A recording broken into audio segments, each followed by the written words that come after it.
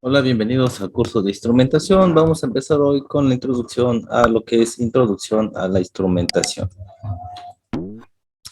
Entonces, hablemos primeramente de la ejecución de una planta de proceso. Vamos a saber primero, pues, qué se hace o cuáles son las ideas de lo que parte para llevar a cabo un proceso. Bueno, entonces tenemos aquí a modo de introducción que desde mediados del siglo XX, el diseño y la construcción de plantas químicas se ha vuelto cada vez más especializado, ¿sí? Entonces, este estudio del diseño de plantas químicas cada vez se ha hecho más especializado y más controlado, ¿vale?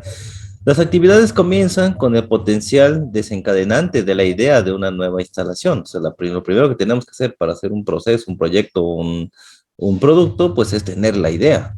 Teniendo la idea, de ahí parte todo. Entonces, teniendo la idea, el siguiente paso, pues es lo siguiente.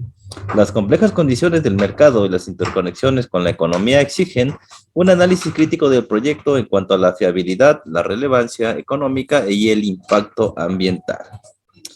Esto normalmente se lleva a cabo con la ayuda de un estudio de factibilidad para poder llevar a cabo todo este proceso. ¿Eh?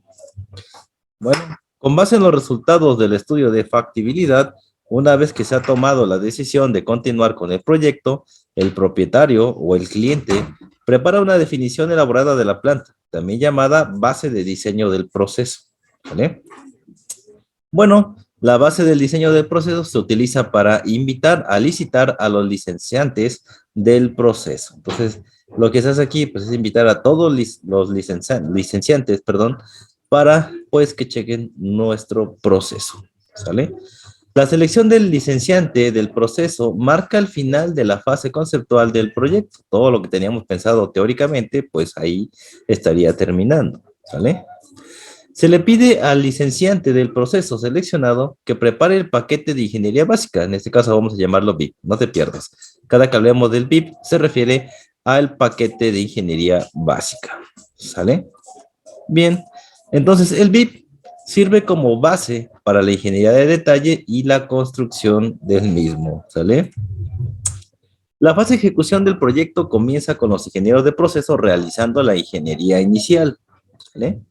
Luego, el equipo de ingeniería los transforma en dibujos detallados y especificaciones para todos los componentes de la planta. El grupo de compras se encarga del equipo y todos los demás componentes, fabricantes que estén especializados en todo lo que necesitamos para nuestra planta. ¿Vale? Luego se contrata a empresas constructoras para que construyan e instalen la planta y los componentes que van a llevar ahí la misma. ¿Vale? La actividad final consiste en la puesta en servicio y la puesta en marcha de la planta. Esa es la última parte de tener un proyecto, una planta, un proceso. ¿Vale? Esto involucra a varias partes, en particular a los ingenieros de proceso de la empresa de licencia de procesos que ha proporcionado la tecnología. Entonces, eso se encarga principalmente los ingenieros de proceso. ¿Vale? Después de una prueba de funcionamiento exitosa, la planta entrega al propietario o cliente pues la respuesta del análisis que se hizo. ¿Vale? Bien. Decíamos a un inicio que existía un estudio de factibilidad. ¿Y qué es ese estudio de factibilidad? Bueno, al comienzo del proyecto hay muy poca o solo una planificación preliminar del conocimiento, ¿sale? A ninguna empresa le gustaría incurrir en costos a menos que se sepa que el proyecto es factible. O sea, yo no voy a invertir en tu empresa si no voy a ganar dinero. Entonces, primeramente nos aseguramos que ese proyecto realmente sea rentable, ¿sale? Se forma un pequeño grupo formado por ingenieros de diversas disciplinas para realizar un estudio de prefactibilidad, ver que todo lo que estamos suponiendo sea fiable o sea rentable, ¿sale? Por lo general, este grupo luego se vuelve responsable de la implementación del proyecto en caso de que la empresa tome la decisión de continuar o dar luz verde al proyecto, ¿sale? Bien. Entonces tenemos el estudio de prefactibilidad. ¿De qué va esto? Bueno, antes de que un proyecto pase a la etapa de estudio de factibilidad detallado, las empresas a veces llevan a cabo un estudio llamado estudio de factibilidad previa. O sea, un estudio previo para más o menos ahí medirle las aguas a cómo está nuestro proyecto, ¿no? Dicho estudio se lleva a cabo si la economía de la inversión, y ojo con esto, si la economía de la inversión, o sea, si me conviene gastar en él, parece dudosa, ¿sí? Puede ser que se ve muy bueno tu proyecto, está muy chido, muy fiable, pero tengo dudas si realmente esto va a funcionar o no va a funcionar. Entonces, para eso se hace el estudio de factibilidad previa. Y los inversionistas desean estar seguros antes de incurrir en tiempo y costos para realizar un informe de factibilidad detallado. Entonces, tú sabes, si vas a pedir recursos, si vas a pedir apoyo, tiene que estar completamente bien estudiado todo tu proyecto, todo tu proceso, ¿sale? Porque nadie de los inversionistas va a querer invertir en un proyecto que no está bien cimentado. Bien, además, dicho estudio es particularmente útil cuando hay más de una ruta para un producto en particular. Por ejemplo, si dices, bueno, la opción A es la que yo necesito o la más fiable, ¿no? La más bonita, pero posiblemente no cuento con el capital para poder llevar a cabo la opción A, pero para eso tengo la opción B y la opción C. El chiste es que me dé un resultado óptimo en cualquiera de ellos, ¿sale? Entonces, cuando hay esta serie de dudas y esta serie de if que se encuentran ahí dentro del proyecto, pues bueno, se hace ese estudio de factibilidad para estar completamente convencido, ¿sale? Entonces, la empresa quiere saber cuál es la mejor de esas rutas, tanto técnica como financieramente. Entonces, ¿cuánto me va a costar y cuánto va a ser mi tasa de retorno? Y qué tan profesional es cada una de ellas. Entonces, mucho cuidado cuando hagan estudios de este tipo. Entonces, un estudio completo de prefactibilidad debe incluir lo siguiente. El diseño, o sea, la descripción de la planta y su operación para cada una de las rutas. O sea, si tengo 3 opciones o 4, hay que describirlas a detalle cada una de ellas. ¿Vale?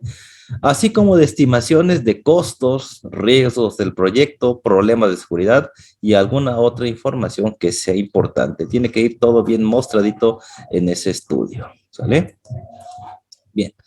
El estudio de factibilidad detallado. Bueno, si el escenario seleccionado se considera factible o es bueno o te dieron luz verde para uno de tus proyectos, se recomienda realizar un estudio de factibilidad detallado para obtener un análisis más profundo del escenario del proyecto seleccionado. Entonces, en un estudio de factibilidad detallado, los requisitos técnicos, comerciales, financieros, económicos y ambientales para el proyecto propuesto se examinan críticamente sobre la base de los hallazgos del estudio de prefactibilidad. ¿Sale? Eso es lo que hace el estudio detallado. Ahora vamos a agarrarnos punto por punto y no de manera general. ¿Sale? Bien. Un estudio de factibilidad detallado generalmente consiste en lo siguiente. La preparación de la base de estudio, eso es lo principal. Identificación de la ubicación más adecuada para la instalación, el campo, la parcela donde tú vas a poner tu planta. Aquí les mencionaba yo, pues bueno, depende de en qué zona va a estar mi empresa. Va a ser una zona urbana, una zona conurbada, tiene todos los servicios, no tiene todos los servicios, y ahí va a depender mucho si la empresa es rentable o no, ¿sale? Entonces hay que ver bien la parcela donde vas a colocar tu empresa. También tenemos que tener la descripción de la tecnología incluida, también la descripción de la tecnología, incluida la descripción del proceso, el diagrama de flujo de bloques, las materias primas, los servicios, los catalizadores y el consumo de productos químicos. Bien importante todo esto tenerlo a la mano con un estudio previo. También tiene que contar con la instalación de servicios e instalaciones externas. La evaluación de los requisitos de superficie de la parcela, ¿sí? Lo que necesitamos. Elaboración del organigrama de proyecto, descripción del proyecto, cronograma del proyecto y metodología de ejecución. También hay que tener en cuenta la estimación de grandes cantidades de material para elementos de instrumentación civil, mecánica y eléctrica. ¿Vale? La valoración de recursos humanos, personal directivo, costes laborales y otros costos generales. ¿Vale? Estimación de costos fijos y variables de la instalación propuesta.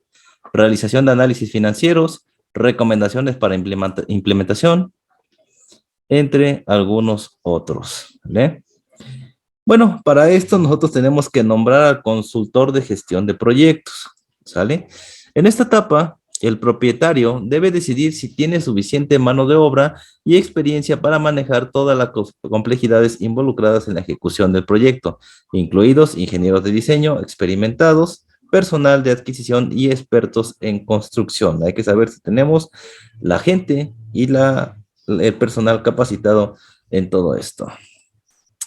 Pues en la mayoría de los casos, el propietario designa a una agencia externa para que actúe como el consultor de gestión del proyecto, conocido comúnmente como un PCM en sus siglas en inglés. Entonces, que hablemos de un PCM, se hace referencia al consultor de gestión de proyecto. ¿Sale? Ok. El PCM funciona como un brazo extendido del propietario en la ejecución del proyecto.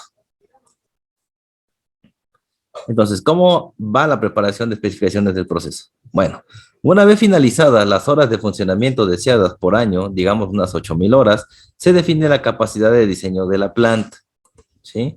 El siguiente paso es compilar las especificaciones para la materia prima, los productos finales, los servicios, los catalizadores y los productos químicos, ¿vale?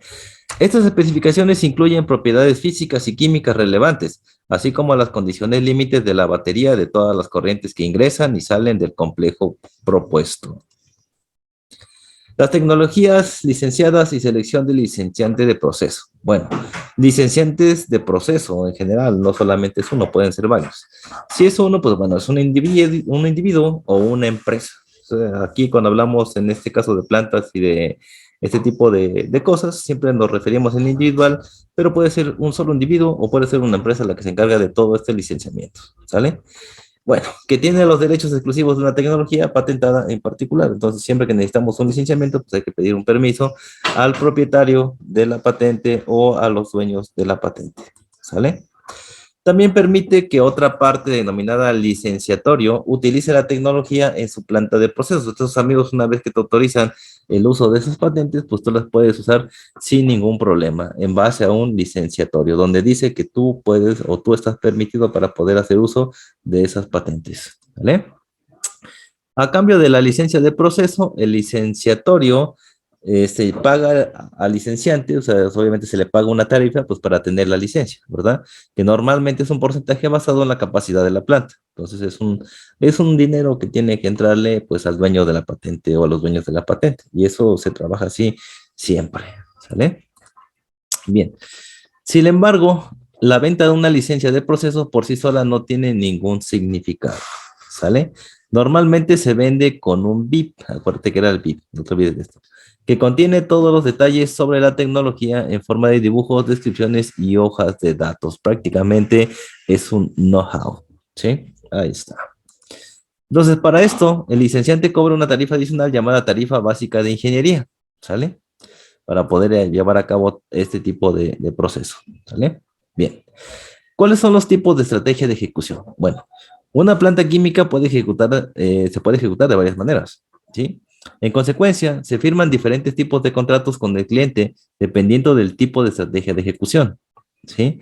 Para plantas pequeñas y simples, mientras que los clientes normalmente obtienen la ingeniería básica por parte de los licenciantes del proceso, prefieren que la ingeniería de detalle sea ejecutada por contratistas locales, que sean lo suficientemente competentes para ejecutar dichas plantas. Entonces, las empresas pequeñas no pagan a empresas ya compuestas para que hagan todo este tipo de licenciamiento, sino que contratan a alguien que tenga conocimiento y que pueda hacer estos contratos o estos licenciamientos. Entonces, ahí está el pan para quien le quiera entrar a trabajar a esa zona. Nada más hay que estudiar bien todos los aspectos que hemos mencionado anteriormente y bueno, te puedes dedicar solamente a ser un contratista y pues, se gana muy bien algunas veces. De esta manera ahorran el costo de la ingeniería de detalle, ¿no? Entonces ahí te ahorras una lanita pues, cuando no tienes mucho presupuesto. Para plantas tan pequeñas, los clientes normalmente tienen suficiente mano de obra para ejecutar la adquisición y la construcción con sus propios recursos. Prácticamente son empresas, entre comillas, a nivel piloto. ¿Sale? En otra opción, el cliente obtiene la ingeniería básica y de detalle realizada por la misma parte. De esa forma, si bien incurren en un mayor costo de ingeniería de detalle, minimizan el número de interfaces, el número de problemas que pudiese haber en el proceso. Para plantas mucho más grandes o ya plantas bien posicionadas, mientras que los clientes obtienen la ingeniería básica ejecutada por el licenciante del proceso, agrupan la ingeniería de detalle, la adquisición y la construcción en un solo contrato. Entonces ya las industrias grandes pagan para que se haga todo, que otra empresa haga todos los servicios, lo que se requiere y ya se dedican ellos solamente a estar viendo que su trabajo pues crezca, ya no les interesa meterse en todo el papeleo, ¿sale? Entonces, ingeniería de detalle, que la nombramos como E, la adquisición como P y la construcción como C, en un contrato EPC, ¿sale? Ahí está. Entonces, dicho contrato denominado EPC, que es ingeniería de detalle, adquisición y construcción. Vamos a denominarlo EPC. Es un contrato EPC. Dichos contratos son hoy en día más populares. En grandes complejos como refinerías o complejos petroquímicos, este tipo de contratos son bastante comunes. Es mejor que lo haga alguien que ya está bien posicionado, sepa cómo se hace y se le paga por sus servicios, nada más. Bien. Entonces, todo el complejo está dividido en secciones dependiendo principalmente del flujo del proceso a la proximidad entre sí. ¿Vale? Una sección particular puede tener 3 unidades provistas por 3 licenciantes de proceso diferentes. Ojo con esto. Sin embargo, el cliente puede designar un contratista, EPC, acuérdate que el EPC ya incluye todo, para ejecutar la sección completa. ¿Sale? En otro tipo de contrato, toda la gama de actividades se adjunta a un contrato EPC, incluida la licencia de proceso y la ingeniería básica. ¿Sí? Bien, en este caso, en lugar de que el cliente seleccione el licenciante del proceso, el licitador EPC, quien colabora con un licenciante de proceso y ofrece el paquete completo. Entonces simplemente vamos con alguien que te ofrece el paquete completo y te quitas el problema. Eso, cuando ya eres una empresa o tienes los suficientes recursos para hacerlo, para hacer el pago y que otro lo haga por ti. ¿Vale? Dicho contrato se denominan LEPC, donde L significa licencia de proceso. ¿Sí? Entonces ahí están otro tipo de contratos. ¿Sí? Ahí está. Bien. Entonces hablando de ingeniería básica, ahora que se ha designado al PSM, se ha seleccionado al licenciante del proceso y se ha preparado la base de diseño del proceso, es el momento de comenzar las actividades de ingeniería básica. Hasta ahí apenas estamos entrando en la ingeniería básica. ¿Sale? Pues en algunos casos puede haber 2 o más unidades en el proyecto en las que el producto de una unidad alimentada a la siguiente. Si existen diferentes licencias de proceso para distintas unidades, la situación se complica aún más. En tales casos, la ejecución de la ingeniería básica de los diferentes licenciantes de proceso tendría que ser ejecutada de manera escalonada y principalmente superpuesta. ¿Vale? Bien.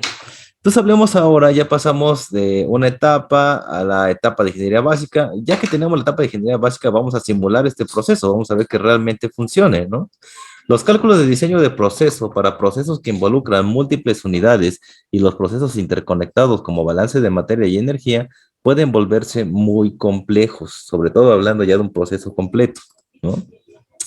Hoy en día se dispone de programas informáticos que modelan matemáticamente operaciones unitarias y permiten interconectarlas. Sí hay mucho material, no mencionamos aquí nombres porque pues, no nos dejan ni siquiera para el chesco, ¿no? Entonces, hay mucho que pueden ustedes buscar en internet que ya trae paquetería que hace este tipo de simulaciones. ¿Sale? Una planta puede así simularse como una red de operaciones unitarias con un balance de materia y energía. ¿Sale? A menudo, en dichos programas, los licenciantes construyen sus propios paquetes termodinámicos, ya están patentados muchos de ellos, que se han desarrollado después de años de trabajo de laboratorio y experiencia operativa. Es un simulador que ya nada más poniéndole ciertas condiciones, pues te da una respuesta. ¿Sí? Bien. Después de ahí ya tenemos la ingeniería de simulación. Ahora vamos a la parte del diagrama de flujo de proceso. Un diagrama de flujo de proceso describe las unidades o la unidad desde el punto de vista del ingeniero de procesos. Se muestran todas las líneas y los equipos principales que están trabajando o funcionando en nuestra sección o en nuestra planta. Cada línea tiene un número de flujo. Todos los números de flujo están vinculados a un documento llamado balance de calor y masa o balance de masa y energía. ¿Sale? En el balance de masa y de calor, cada corriente se describe con respecto a su composición, temperatura, presión y propiedades importantes relevantes del proceso. Y bueno, después del diagrama PFD antes mencionado, pues pasamos al diagrama de instrumentación y tuberías, el famoso PIAN-ID, o mejor conocido por ustedes como un DTI. ¿Sale? Las tuberías y la instrumentación son una extensión del diagrama de flujo del proceso y brindan información detallada para que la siga la ingeniería de línea. Entonces, esto de aquí tiene que ser completamente bien entendible y bien estructurado para que cualquier ingeniero que se encargue de esa sección pueda entender sin ningún problema estos diagramas. Por ejemplo, a diferencia de un diagrama de flujo de proceso, un PFD, el diagrama de tubería de instrumentación muestra todas las líneas de la operación unitaria. ¿Sale? Para cada línea se proporciona el número de línea, el tamaño de la línea, la clase de tubería y los requisitos de aislamiento.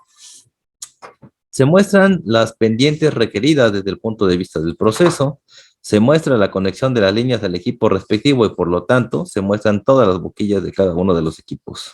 ¿Vale? En pocas palabras, se muestran las entradas y las salidas de cada uno de los equipos. También se muestran pues todas las válvulas de control.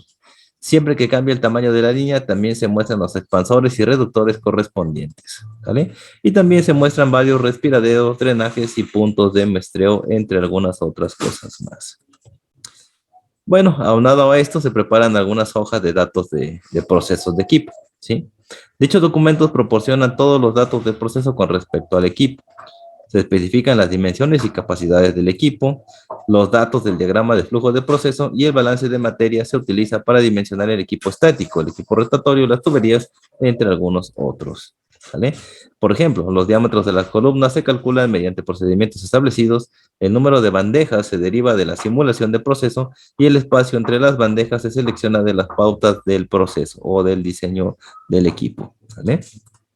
Bien, los diámetros y las alturas de los recipientes se establecen a partir de los tiempos de residencia y las pautas para la relación longitud-diámetro. ¿Vale? El tamaño de los tanques se basa en la cantidad de días de almacenamiento y las restricciones de la altura que debe tener cada uno de estos. Los datos para tales equipos estáticos se reproducen en forma de una hoja de datos de proceso que generalmente tiene una tabla que proporciona las dimensiones generales, las temperaturas y presiones de operación y de diseño. Entonces ahí están las hojas que especifican todo esto, temperaturas, presiones de operación y condiciones de diseño.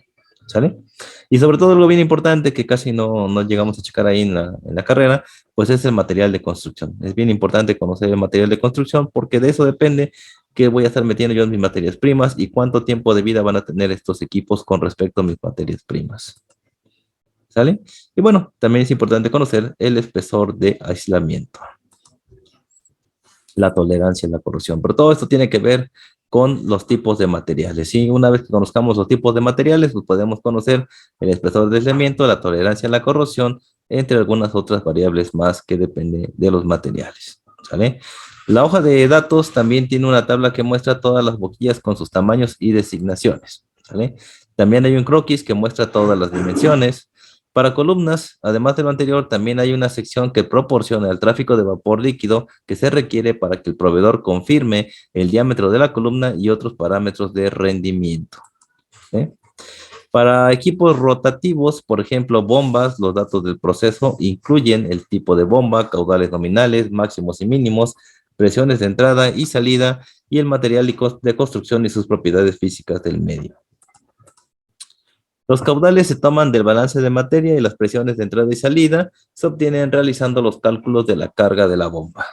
¿Sí? Hablando del diseño de equipo, pues bueno, el diseño de equipo es la disposición de varios equipos en una unidad de proceso. Muestra todos los equipos, las tuberías principales, los edificios, estructuras principales, caminos, vías de acceso y otros elementos de importancia para la operación que estemos hablando. ¿Sale? Bien, el equipo debe agruparse dentro de áreas de proceso comunes para adaptarse a la operación y apagado independientes. Ojo aquí, ¿vale? Bien, a menos que se requiera para la operación común o la seguridad, el diseño más económico es aquel en el que los equipos se ubican en secuencia de proceso para minimizar las interconexiones de tuberías y acero estructural. Entonces, entre menos espacio requiramos, pues siempre va a ser mejor y va a haber menos pérdidas, ¿vale? Bueno. El equipo normalmente debe ubicarse a una altura mínima desde el nivel del suelo para facilitar los requisitos operativos y de mantenimiento. Sin embargo, por razones de proceso, ciertos equipos pueden necesitar ser elevados y deben estar apoyados en estructuras tecnológicas. Entonces también aquí el diseño de estructuras y el costo y el peso de las mismas, pues va a influir también el peso del equipo y todo lo demás, y eso puede ocupar mucho más espacio dentro de nuestra parcela. Las especificaciones del material de tubería. Bueno, el paquete de ingeniería básica, el BIP antes mencionado, tiene una sección sobre especificaciones de material de tuberías llamado PMS por sus siglas en inglés. Y el PMS es un documento que contiene la definición de las diversas tuberías, accesorios y todos los componentes relacionados que se utilizan bajo diversas condiciones de presión y temperatura para diversos servicios. Una definición típica contiene la especificación, el tipo, la clasificación y los datos dimensionales del material para cada servicio, es decir, hidrocarburos, agua de enfriamiento, vapor, condensado, etc. ¿Vale? Bien, tenemos algunos otros documentos. hay una serie de otros documentos que forman parte del BIP y se incluyen hojas de datos de procesos de instrumentos, diagramas causa y efecto, planos de clasificación de áreas peligrosas, manual operativo de supervisión, entre algunas otras, ¿sí? Para la adjudicación de proyecto a contratistas de ingeniería, pues bueno, el paso inicial es la adjudicación del proyecto a un contratista, o sea, darle el proyecto a un contratista de ingeniería y este pues tiene que preparar un documento de invitación a licitar. Entonces, siempre que quieras proponer o buscar gente que te haga el proyecto, pues hay que mandarlos a solicitar. Y eso es una invitación a licitar, una invitación a poder hacer el proyecto, ¿vale? Y normalmente llamado es un ITB, ¿vale? La ITB normalmente prepara al PCM, recuerda estas siglas que mencioné hace un rato, en consulta con el cliente y generalmente contiene lo siguiente: descripción general del proyecto con plano de distribución del sitio, es bien importante, plano de distribución, ¿sale? Ámbito de trabajo de los contratistas, paquete de ingeniería básica de los licenciantes, el famoso BIP, ¿sale? Y bueno, especificaciones de ingeniería para diversas disciplinas, ¿sale? También hay que incluir los dibujos estándar, los códigos y las normas aplicables al proceso, el cronograma del proyecto, las garantías y las condiciones de pago, ¿sale? Y bueno, finalmente los términos y condiciones comerciales que también son importantes. Y ante todo esto, pues hay que poner fechas límites para entregar estos documentos. Bien, para plantas de proceso grandes, la ITB podrá ejecutar unos pocos miles de páginas, ¿sí? En el caso de proyectos que involucran varias tecnologías de proceso, podría haber más de una persona del ITB, cada una de las cuales se ocupará de 2 o 3 plantas de proceso. Por ejemplo, digo, si hubiera más plantas, o 3 o 4 o 5 personas encargadas del mismo proyecto, y al mejor postor es al que se le va a dar, pues, la oportunidad de llevar a cabo el proceso o el proyecto, ¿sí? Entonces, tal agrupación de plantas de proceso se le denomina paquetes EPC, ¿sí? Entonces, puedes diseñar un grupo de personas para un proceso y otros para otro proceso, o todo en uno solo. Eso depende ya del cliente o del dueño, ¿vale? Entonces, un contratista puede presentar una oferta por uno o más paquetes EPC, ¿sale? Y en los próximos 4 a 6 meses, que a lo mejor estás quedando un poco, lo que sigue es la llamada ingeniería de propuestas que realizan los oferentes de los distintos paquetes EPC. Entonces, en esos 4 a 6 meses, pues están recibiendo todas las propuestas de cada uno de estos chicos, ¿no? O sea, aquí podrás pensar que te roban la información o lo que tú quieras, pero bueno, llega una parte donde se analizan cada una de las ofertas y se toma la decisión de tomar el más conveniente para la empresa. Entonces, puede ser que te rechacen y no por eso te están robando la información. Simplemente no les gustó tu proyecto, no se adaptó a las condiciones del cliente y bueno, hay que seguir adelante con lo que sigue, ¿sale? La ingeniería propuesta implica una estimación completa de costos de componentes civiles y estructurales, componentes de tuberías, equipos estáticos, equipos rotativos y componentes eléctricos y de instrumentación. En el caso de equipos críticos como compresores, reactores de alta presión, pues en este caso es posible que el licitador incluso tenga que obtener un precio de proveedores competentes. O sea, cuando vamos a usar equipos críticos, pues este canijo que está haciendo todo el papeleo tiene que buscar hasta lo mejor proveedores internacionales. No sé, el chiste es ver que salga más barato y que cumpla con las especificaciones. ¿Sale? Además, el postor incluye su costo de ingeniería para llevar a cabo las actividades de ingeniería de detalle, adquisición, construcción y puesta en marcha. Entonces, aquí también hay que incluir en todo ese paquete, pues cuánto vamos a cobrar nosotros por hacer todo ese trabajo, ¿verdad? Hay que ver costos de todo lo que se va a hacer, pero nunca olvides lo que tú vas a cobrar para ti, ¿sale? Después de compilar su precio total, el postor presenta su oferta al cliente. Eso es lo más importante. Ya que tengas todo hecho, ahora sí, ¿cuánto cobras? Tanto, les pongo ahí y lo mando. Y a lo mejor en algún caso hay como 4 o 5 propuestas que todas son buenas, pero le vamos a dar al trabajo el que cobra más barato y lamentablemente así va a ser, ¿no? Entonces hay que tener también mucho cuidado y tampoco ser tan barateros. Hay que darle un valor real a nuestro trabajo, ¿vale? Los clientes tienen los siguientes criterios importantes para seleccionar un licitador que ejecutará un proyecto, o sea, el que se rifó con el proyecto. Y los criterios serían los siguientes. ¿Tiene el licitador la experiencia necesaria en las tareas que tendrá que realizar? Esa sería una pregunta. ¿El oferente tiene una experiencia en el país y lugar donde se construirá la planta? Importante. ¿El oferente está familiarizado con el idioma del lugar donde se construirá la planta? Un problemita ahí cuando pones a trabajar gente de cierto país y no sabe hablar el idioma de donde está trabajando, ¿no? ¿Cuál es la situación del licitador con respecto a la fuerza de mano de obra? ¿Puede el licitador garantizar el cumplimiento de las normas locales que pueden ser desconocidas para él? No es lo mismo aplicar normas ISO en México que aplicar normas en China o Japón, ¿verdad? Entonces, esa pregunta es importante. ¿Qué referencias tiene el proponente respecto a la ejecución de plantas similares? Ahí también te van a pedir un poquito de experiencia, aunque como somos nuevos, pues bueno, habría que rifárnoslas para ver si nos aceptan, ¿no? Bien, una vez que te aceptaron, ya pasaste por todos los filtros, pues viene la ejecución del proyecto, ¿vale? Entonces, como se mencionó anteriormente, para unidades grandes, los clientes normalmente realizan pedidos como contratos EPC, pues, de manera general, de preferencia, para empresas grandes. Un contrato EPC necesita una fuerza laboral de todas las disciplinas de ingeniería y adquisiciones. Un gran complejo podría involucrar a varios contratistas EPC trabajando juntos. ¿Por qué? Porque son varias secciones y cada quien se encarga de una sección. ¿Sale? Antes de que comience un proyecto, el equipo de proyecto debe de estar en su lugar, ¿sí? A la zona que le toque, a lo que se le puso a hacer, ¿sale? Entonces, para esto, ya que se ejecutó todo, ya que todo está bien, se hace una reunión de lanzamiento del proyecto, ¿sale? Entonces, la primera reunión en cualquier proyecto en particular se inicia con la llamada reunión de lanzamiento. Entonces, cuando vamos a lanzar el proyecto, hay que hacer una reunión de lanzamiento. Y esto podría llevarse a cabo en la oficina del cliente o en la oficina del contratista, depende, ¿sí? La reunión ayuda a todas las partes interesadas a tener una mejor comprensión de los objetivos, suposiciones, limitaciones y desafíos del proyecto. En otras palabras, en una etapa para lograr, en otras palabras, perdón, en una etapa para lograr que el contratista de ingeniería y el cliente estén en la misma sintonía y acuerden los pasos para lograr una ejecución efectiva de este proyecto. Una reunión de inicio exitosa puede establecer el tono para el resto del proyecto y ayuda a construir una relación entre los equipos del cliente y del contratista y los ayuda a comprender cómo procederá el proyecto, ¿vale? Los participantes de los equipos del contratista de ingeniería y del cliente incluyen al gerente del proyecto y uno o más miembros de cada una de las disciplinas que se van a estar desarrollando, ¿sale? Entonces, para proyectos grandes, algunas personas de nivel de alta gerencia también podrían estar presentes en la sección inaugural, ¿vale? Entonces, a partir de entonces, los equipos de varias disciplinas se dividen en diferentes grupos y continúan la discusión relacionada con sus respectivas disciplinas, como se detalla en la agenda de la reunión. ¿Sale? Entonces, una breve descripción, ¿cómo sería una reunión? Así una agenda típica de reunión, pues sería lo siguiente, ¿sí?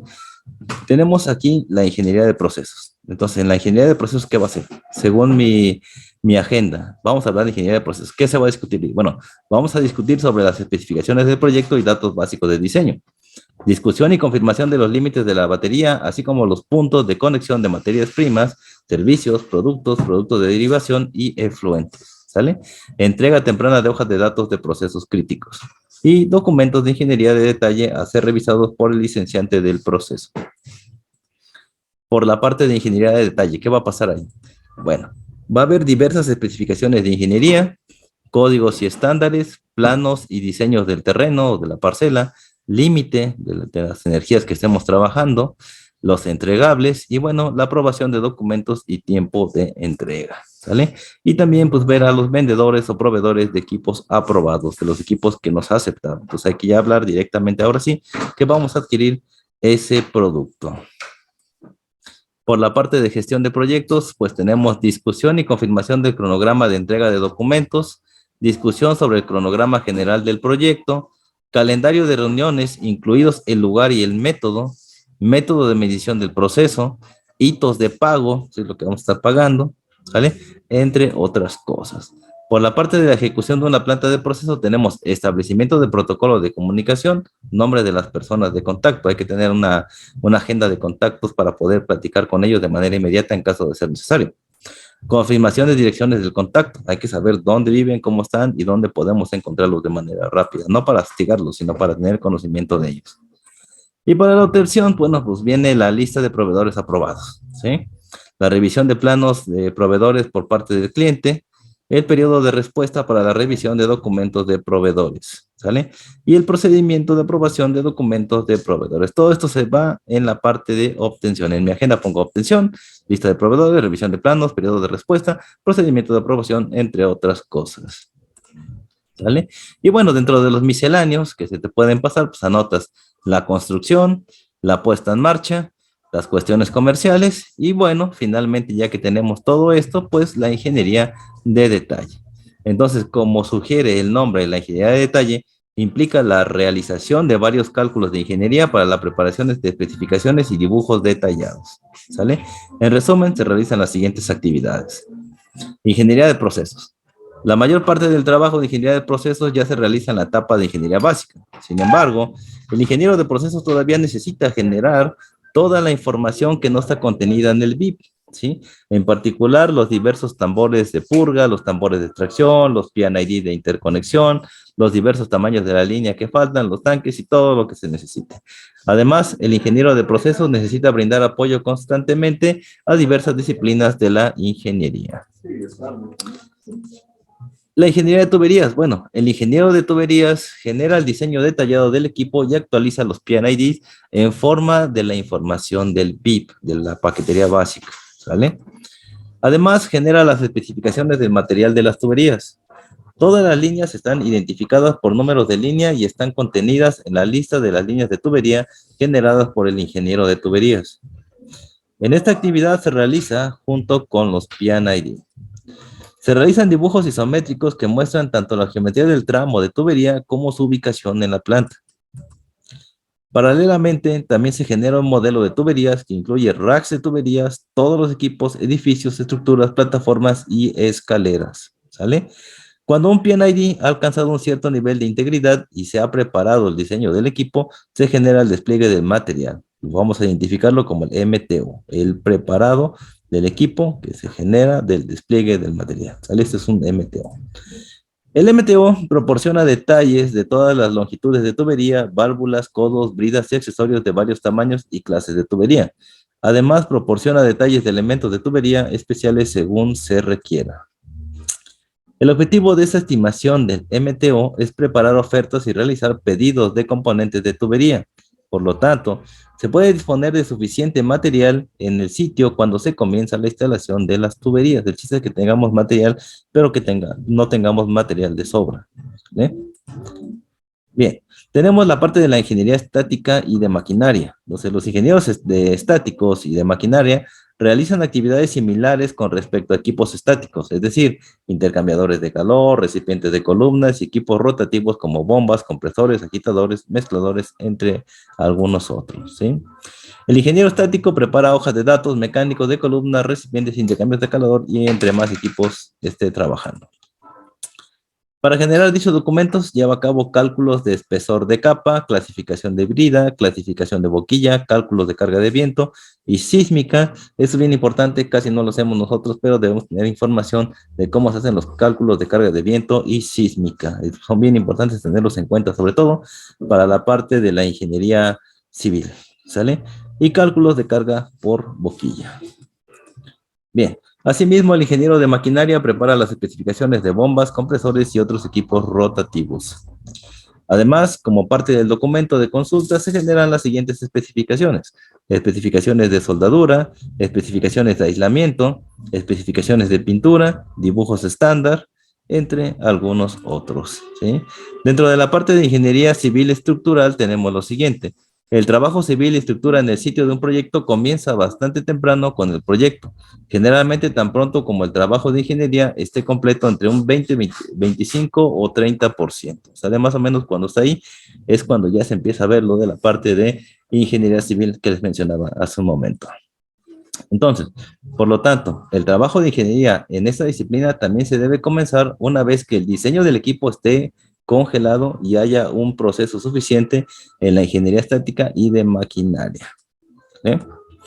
Las actividades típicas incluyen lo siguiente: análisis de estructura y cimentación. ¿Sale? Esto es la parte de la ingeniería civil. Diseño de estructura y cimentación. ¿Sale? Preparación del diseño de pilotes. ¿Sí? Ahí está. Elaboración de encofrados de cimentación y planos de refuerzo. Elaboración de planos de acero estructural, entre algunos otros. Dejémoslos ahí a los ingenieros civiles, ¿sale? En la parte eléctrica e instrumentación e ingeniería eléctrica tenemos lo siguiente. El ingeniero de instrumentación lleva a cabo la selección de instrumentos con base en la información del BIP, la materia prima básica, y prepara hojas de datos de todos los instrumentos. Además, realiza la ingeniería de cables, bandejas, portacables, cajas de derivación y planos de conexiones, ¿vale? También prepara la lista de instrumentos y los diagramas lógicos programables, ¿vale? El ingeniero eléctrico prepara la lista de consumidores eléctricos, el diagrama unifilar, el enrutamiento de cables, la iluminación y el diseño de puesta a tierra. Y bueno, dentro de los servicios de adquisición tenemos lo siguiente. Las actividades de adquisición en una planta de proceso consisten en los siguientes 3 pasos principales. Pedir artículos de planta, maquinaria y bultos, acelerar la fabricación de los componentes de la planta, es decir, supervisar la secuencia de fabricación de acuerdo con el cronograma acordado, y finalmente que envíen los componentes de la planta al sitio de construcción. ¿Sale? Eso es la parte de servicios. Además, hay una serie de pasos de preparación importantes como los siguientes. Preparar los documentos comerciales, preparar estrategias de abastecimiento, y esto incluye determinar proveedores locales y extranjeros, ¿sale? Determinar el número de proveedores, preparar la estrategia logística, que incluye determinar el número de lotes de envío, optimizar el número de envíos e identificar la ruta crítica, ¿sale? Y bueno, alguna que otra por ahí consulta flotante que ande por ahí. Bien, también pues consiste en revisar documentos de proveedores por disciplinas de ingeniería, realizar negociaciones comerciales, hacer pedidos, entre otras cosas más que no estamos mencionando aquí. Para la parte de construcción, pues bueno, la planificación de la construcción se hace de la siguiente manera. La planificación de la instalación de la planta y la maquinaria comienzan en una etapa relativamente temprana del proyecto. El cronograma de ingeniería y adquisición depende en gran medida de la secuencia de instalación. Entonces, si no hay una buena secuencia, pues no va a haber un buen proceso. Por lo tanto, la ejecución general del proyecto se desarrolla hacia atrás desde la fecha de finalización mecánica, ¿sí? Entonces, ahí vamos a ir viendo poco a poco cómo se va desarrollando esta parte, ¿vale? La selección de la grúa y el equipo de elevación adecuados es una parte importante para la planificación de la construcción. Hablando de la movilización del equipo y configuraciones del sitio, tenemos lo siguiente. La selección de mano de obra es parte importante de la movilización del equipo, ¿sale?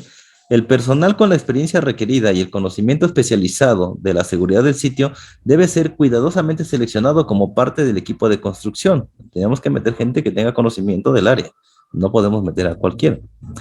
La configuración del sitio debe comprender instalaciones tales como oficinas, tiendas, áreas de almacenamiento, caminos, cercas, patio de prefabricación, de tuberías, instalaciones de comunicación, baños, instalaciones de primeros auxilios, seguridad, entre algunas otras dependencias más. El director de obra y su equipo supervisan y coordinan las actividades de construcción. El director de obra reporta al director del proyecto y al cliente. Entonces, todo es una serie de reportes a todo mundo, ¿vale? Bien. Excavación y sedimentación son bien importantes también en el momento de que nosotros vamos a hacer nuestra planta. Hay veces que se requiere que haga excavación y eso va a incrementar el costo, y la cimentación, no se diga, eso es importante, debe de estar siempre presente, ¿no? El trabajo de construcción en un sitio comienza con el reconocimiento del terreno, seguido de la preparación del mismo. El terreno está inspeccionado, nivelado y terraplanado si es necesario. Se derriban estructuras antiguas y se habilita el acceso. Las coordenadas deben de estar marcadas. Si el suelo es blando, se hincan pilotes. Simplemente hay que hacer que esto sea más firme. La secuencia de la colocación de los cimientos depende del orden en que se instalarán los equipos según el cronograma. Para la parte de montaje de equipo y maquinaria tenemos lo siguiente. Una vez instaladas las instalaciones del sitio y realizadas las excavaciones del terreno y cimentaciones, se ejecutan los montajes de equipo pesados, es decir, columnas y reactores. Para esto, pueden visitar por ahí su página en Facebook. Bueno, ya hay unas imágenes donde muestran cómo está llegando una torre, una columna de destilación a una cierta parcela donde va a ser colocada, ¿no? Entonces ahí la pueden ver y se ve bastante impresionante cómo pueden ustedes ir viendo esa parte. Posiblemente les dejaré un link ahí en la descripción del video para que ustedes puedan ver algo relacionado, ¿sí? Entonces, paralelamente, se levantan estructuras de acero sobre las que se instalan equipos más pequeños como tambores de reflujo, intercambiadores de calor y algunos otros. Los racks de tubería también se montan en este momento. Bien, las columnas altas a veces se entregan en 2 o más piezas y se acoplan en el sitio, ¿sale? Los tanques grandes se fabrican en campo y también se realiza esta actividad, ¿sale? Los proveedores de elementos del paquete son llamados al sitio para supervisar el montaje de elementos como compresores, unidades de refrigeración, sistemas de membrana y algunos otros que se requieren, ¿sale? Para la parte de montaje de tuberías, bueno, una vez instalados los equipos, se procede al montaje de los componentes de las tuberías. Las actividades incluyen la prefabricación de carretes de tubería y su montaje, montaje de soporte de tubería, montaje de válvulas y accesorios y pruebas que puedan ser pruebas hidrostáticas o neumáticas. En la parte eléctrico y de instrumentación, pues posteriormente al montaje de la tubería se realiza la instalación de elementos eléctricos y de instrumentación. Las actividades de instrumentación generalmente incluyen la instalación de instrumentos de campo, analizadores, válvulas, bandejas de cables y sistemas de distribución de aire para instrumentos, gabinetes, consolas y cajas de conexiones. Las actividades eléctricas suelen incluir la instalación de cables y bandejas portacables, la fijación de luminarias y cableado, la fijación de paneles y plantas, y en la subestación la colocación de zanjas, ¿sale? A eso se dedica esta parte. Y bueno, para la puesta en marcha, pues bueno, la puesta en marcha de una planta comprende toda la actividad posteriores a la finalización mecánica hasta la certificación de las garantías plasmadas en el contrato del contratista, ¿sí? Y el propietario. Entonces, hay dos actividades principales que se incluyen en la puesta en marcha. El precomisionamiento es una actividad posterior a la construcción que lleva a la planta a un estado de preparación para el comisionamiento. Ok. Esto incluye todas las actividades que van desde la eliminación del óxido, la carga de lubricante, la instalación de sellos mecánicos, la eliminación de refuerzos temporales, la alineación de equipos rotativos, la instalación de componentes internos de columnas, recipientes, la carga de catalizadores y productos químicos, el lavado y la limpieza química, el secado fuera, las pruebas de mantenimiento, presión, vacío, hasta la inertización. Además, la puesta en marcha previa incluye el empaquetado de columnas, recipientes, la prueba de funcionamiento de los equipos rotativos, el secado de los calentadores encendidos y la calibración y la verificación funcional del bucle de la instrumentación. La puesta en marcha de los servicios públicos también se lleva a cabo en esta etapa.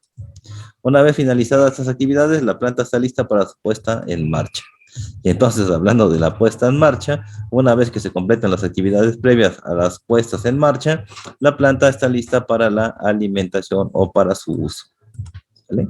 Las actividades para una planta de procesamiento de hidrocarburos típicamente incluyen lo siguiente: introducir hidrocarburos al sistema, generar circulación de hidrocarburos en el sistema mediante carga de vapor al calentador, carga de agua de refrigeración al enfriamiento. Los hidrocarburos en el sistema generan circulación de hidrocarburos en el sistema mediante carga de vapor al calentador, carga de agua de refrigeración al enfriador superior de la columna, puesta en marcha del sistema reflujo total, introducir la alimentación al sistema. Eso es lo que tendríamos que hacer en la puesta en marcha, ¿sí? Y aumentar gradualmente la carga hasta la capacidad de diseño de la planta. Y bueno, finalmente hay que estabilizar la planta, que todo el sistema esté funcionando de manera adecuada. Y bueno, finalmente, para que todo esté funcionando bien y todos queden contentos y para que nos paguen, pues hay que hacer una prueba de funcionamiento garantizado, ¿sale? Una vez que la operación de la planta se ha estabilizado y está generando un producto de la especificación deseada, el contratista invita al cliente a realizar la prueba de garantía de funcionamiento, conocida como PGTR por sus siglas en inglés.